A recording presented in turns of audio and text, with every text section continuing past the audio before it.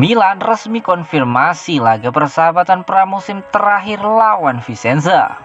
Rossoneri sejauh ini telah bertanding melawan Lemine Almeno dan FC Cologne dalam pertandingan pramusim, dan mereka bakal berkunjung ke Zalaegerszeg, Klagenfurt, dan Marseille saat persiapan internasional mereka berlangsung jelang bergulirnya musim 2022-2023. Kini raksasa Serie A tersebut memberikan konfirmasi bahwa mereka akan menggelar penutupan pramusim di Italia dengan bertandang ke Stadio Menti untuk menantang klub Serie C LR Vicenza pada 6 Agustus mendatang.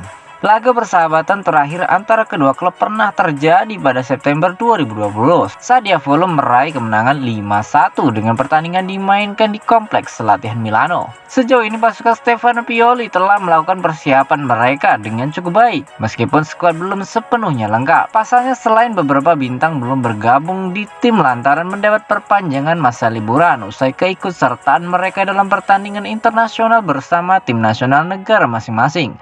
Manajemen pun belum selesai dalam upaya mereka mendatangkan beberapa pemain anyar untuk memperkuat skuad. Dengan Serie A musim 2022-2023 yang akan dimulai lebih cepat dari biasanya, Milan tentunya diharapkan bisa segera melengkapi skuad mereka dan mempersiapkan diri dengan lebih baik lagi untuk mempertahankan Scudetto sekaligus melangkah lebih jauh di Liga Champions.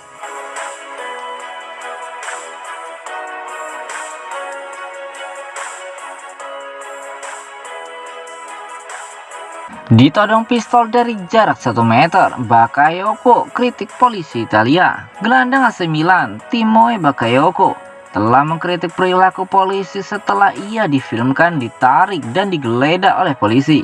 Sebuah video beredar di media sosial tentang pria Perancis itu dan ditekan ke mobil sementara seorang petugas polisi menggeledahnya sebelum menyadari bahwa ia adalah salah seorang pemain AC Milan. Markas besar polisi Milan menolak klaim rasisme setelah insiden tersebut, menyarankan Bakayoko dan pria lain di mobilnya yang mirip profil orang yang dicari polisi.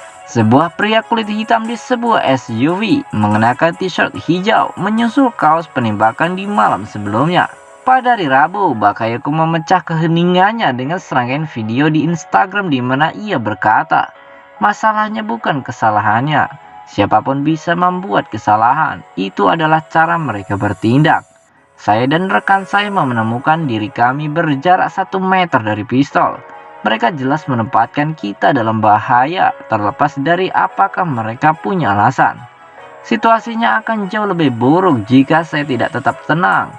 Seandainya saya tidak memiliki kesempatan untuk melakukan pekerjaan yang saya lakukan dan dikenali tepat waktu." Menyusul insiden itu, juru bicara Persatuan Polisi Nasional memuji Bakayoko atas perilakunya dan melabelinya sebagai warga teladan. Video tersebut beredar di media sosial awal pekan ini, tetapi diyakini awalnya difilmkan pada 3 Juli.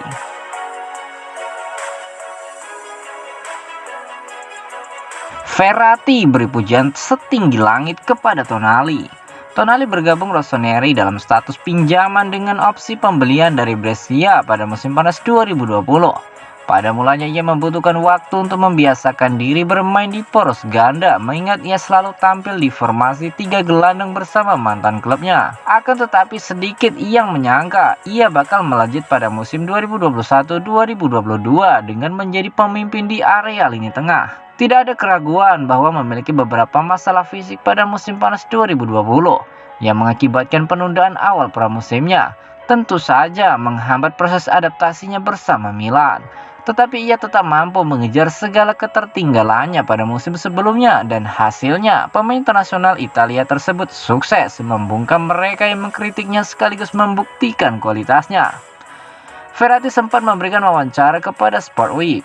majalah mingguan La Gazzetta dello Sport, dan dalam kesempatan tersebut ia pun ditanya tentang pandangannya mengenai gelandang muda Rossoneri tersebut yang ternyata penuh komentar positif. Kami dalam kondisi bagus di lini tengah. Tonali adalah pria luar biasa dan telah melewati masa-masa sulit di Milan, tetapi dia tidak pernah menyerah. Dia memiliki karakter dan akan melangkah jauh, ujar dari bintang PSG tersebut sebagaimana dikutip dari Milan News.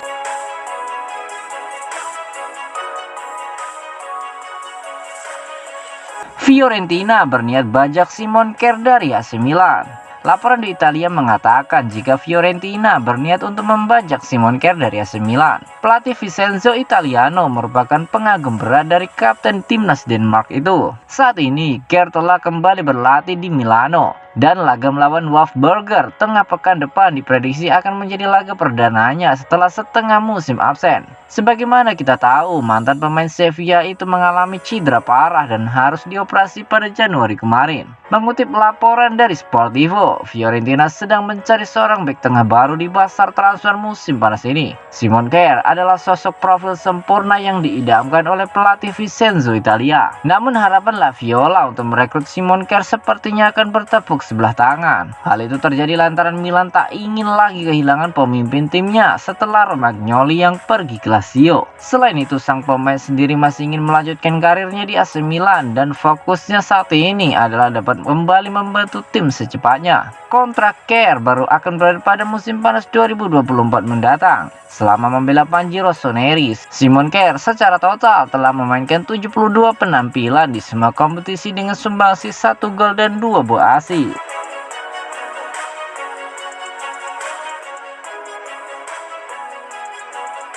Milan menetapkan tenggat waktu untuk negosiasi De Ketelaere. Perjalanan Paolo Maldini dan Frederic Massara ke Belgia tidak menghasilkan sesuatu yang konkret untuk Charles De Ketelaere, tetapi kabarnya telah mengonfirmasi strategi Milan sekarang.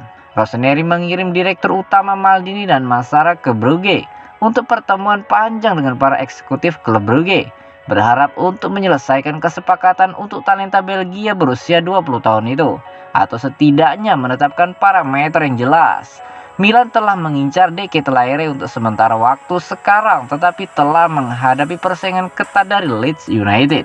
Seperti dilansir dari La Gazzetta dello Sport, Milan memutuskan bahwa pembicaraan untuk De Ketelaere tidak akan diperpanjang lebih dari minggu ini.